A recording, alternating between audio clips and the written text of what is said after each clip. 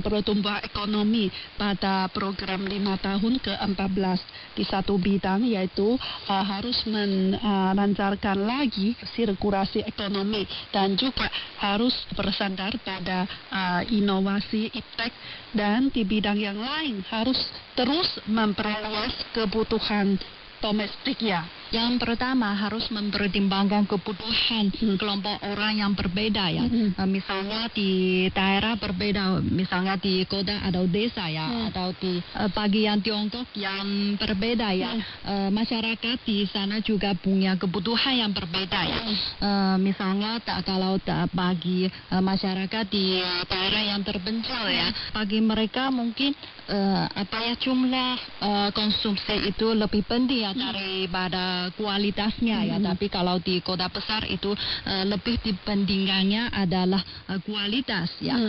Dan juga orang yang dengan umurnya yang berbeda juga punya kebutuhan yang berbeda ya. Khusus misalnya di Tiongkok kan ada banyak aplikasi belanja online ya. Ada yang sangat murah ya, juga ada yang sangat mementingkan kualitas yang juga mahal ya. Kalau bagi misalnya ibu saya, dia sangat suka beli barang-barang yang murah itu ya. Jadi itu sangat cocok untuk dia ya. Tapi bagi para pemuda mungkin mereka lebih suka barang yang kualitasnya lebih tinggi ya, meskipun mahal ya. Dan mungkin orang muda juga lebih mementingkan apakah barang ini sangat tren atau fashion. Tapi kalau barang bagi orang lansia mungkin mereka lebih mementingkan apakah barang ini bisa tahan lama ya. Tapi kalau bagi orang muda mungkin pakai ini mereka hanya pakai 1 atau 2 tahun, paling lama 2 tahun saja ya. Tapi kalau bagi orang tua, suatu pakai baju mereka mungkin bisa pakai bisa sampai 5 tahun ke atasnya ya. Jadi kebutuhannya memang berbeda-beda. Dan juga seperti kalau di kota seperti kota Beijing, Shanghai, Guangzhou, Shenzhen, mungkin orang dengan pendapatan lebih tinggi, mereka lebih mementingkan pelayanan. Mereka bisa membayar untuk pelayanan ya. Kalau pelayanannya bagus, mereka juga suka hati untuk membayar untuk pelayanan. Tapi kalau bagi orang yang dengan pendapatan yang relatif rendah, mungkin mereka yang penting bisa menikmati barang-barangnya, tapi bukan pelayanannya. Baik atau jelek pelayanannya bukan yang paling penting bagi mereka. Jadi harus sesuai dengan kebutuhan kelompok masing-masing ya. Dan tentu saja masih banyak bidang harus dibandingkan ya, seperti apakah ramah lingkungan ya.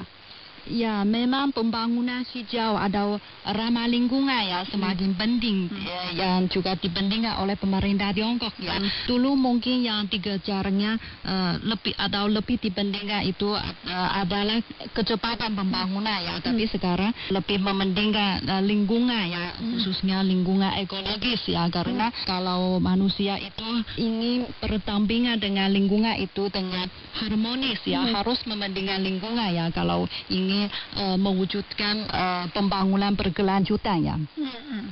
Jadi sebenarnya Tiongkok pada tahun 2020 sudah melampaui Amerika Serikat, merupakan negara yang pertama menerapkan modal asing ya. Dan tentu saja 5 tahun ke depan Tiongkok juga harus terus terbuka dan menerapkan lebih banyak modal untuk membangun pasar internasional dan menstabilkan pasar tradisional di Tiongkok, dan dengan positif membuka pasar yang baru dan berusaha mengembangkan pasar potensial ya. Dengan demikian Tiongkok baru bisa melanjutkan pertumbuhan ekonomi yang relatif tinggi. Oke pendengar, jangan kemana-mana, sesaat lagi kami akan kembali. Hobi Conglong mencampakkan pena lalu masuk ke darah. Menyiaskan orang yang berani praktik ke profesi yang sangat berbeda dan ternyata lebih sukses. Pakistan ada seorang pemuda bernama Pan Chao. Ia berasal dari keluarga yang sangat miskin, namun mempunyai cita-cita yang sangat tinggi. Setelah dewasa, ia berprofesi sebagai sastrawan yang berkarya atas pesanan orang lain. Pekerjaan itu ia lakukan dengan tekun dari hari ke hari, bulan ke bulan, bahkan tahun ke tahun. Tetapi lama-kelamaan ia menjadi jenuh dengan pekerjaan dan karirnya yang statis itu. Ia mulai berpikir, kalau pekerjaan ini aku lakukan terus, tampaknya tidak akan ada hasilnya. Kalaupun ada, tidak ada kemajuan yang berarti. Kali ini kesabaran dan ketabahannya sudah habis. Akhirnya, ia mengambil keputusan yang sangat drastis, membuang semua alat tulisnya dan masuk menjadi tentara. Saat pertama mengikuti latihan menjadi tentara, ia menghadapi banyak tantangan yang terasa sangat berat. Ia yang biasa menggunakan otaknya dalam bekerja, tiba-tiba harus lebih banyak mengandalkan fisiknya. Namun, semua latihan ia jalani dengan penuh semangat dan pantang menyerah. Sehingga akhirnya ia diterima menjadi tentara dengan hasil yang memuaskan. Setelah menjadi tentara, ia dikirim ke perbatasan untuk berperang. Sepulang dari medan perang, Han Chao mendapat penghargaan. Sejak itu karirnya terus meningkat. Ia mempunyai banyak relasi dan jaringan yang luas, sehingga mendukung peningkatan karirnya. Akhirnya, ia menjadi seorang pejabat tinggi yang sangat terkenal dan berpengaruh.